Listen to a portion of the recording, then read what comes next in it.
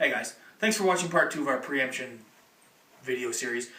What I want to talk about today is to kind of clarify some terminology and talk about a little more in depth of basically what the criminal code is talking about.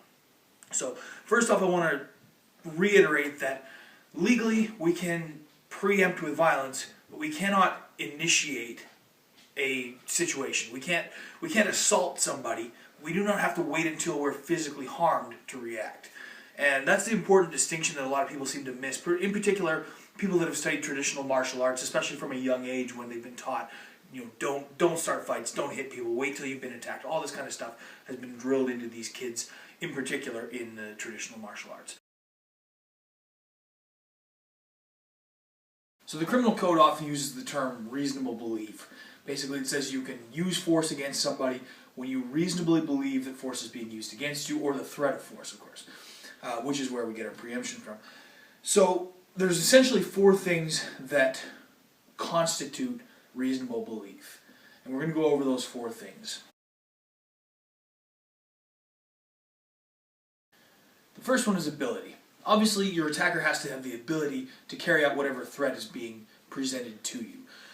So ability would have to do with things like size, strength, and mobility. If he's in a wheelchair, he's probably not going to be able to do it. If he's a 6-year-old that's 3 feet tall, he's probably not going to be able to do it. Those are things to take into consideration.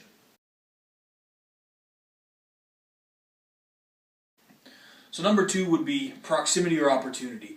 And obviously the threat has to be proximate to you, has to have the opportunity to carry out the threat. And obviously this is going to be relative to the type of threat that's being presented, whether it be a weapon or an empty hand threat, because obviously a projectile weapon such as a firearm or a crossbow or something like that is going to have a longer range, and therefore proximity is going to change in that respect.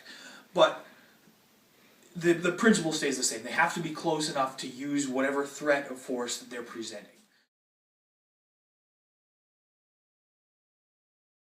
So the third one is intent. Obviously we can't know or understand completely what's going on in the head of another person to prove intent. So we're going to go with what's commonly called perceived intent, which is of course how I feel about it. And how I feel can't be just some random feeling, it has to be backed up by evidence. So evidence of that could be things like body language, verbal threat, presence of a weapon, all of these kinds of things. Someone trying to intimidate you, all those kinds of things can be compiled to establish that perceived intent.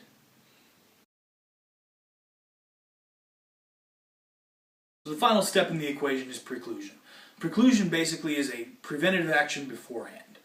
So that could be an escape attempt, running away, could be dissuasion of some kind, could be de-escalation, any of these things to prevent the action from actually taking place.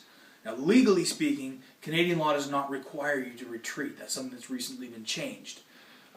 But in the totality of these circumstances, if you can show a judge that you attempted to escape, you can establish ability, opportunity, and intent, or perceived intent, as we talked about.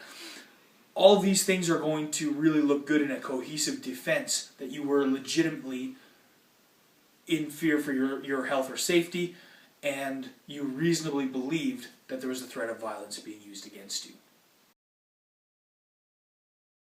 Obviously, I'm not a lawyer, so I can't give you legal advice. This is my interpretation of the law, not the law itself.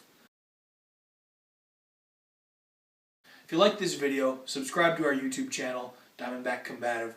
Like our pages on Facebook, which are Diamondback Protective Services and Diamondback Combatives. And stay in contact with us. If you have questions, send us an email. We're always willing to talk.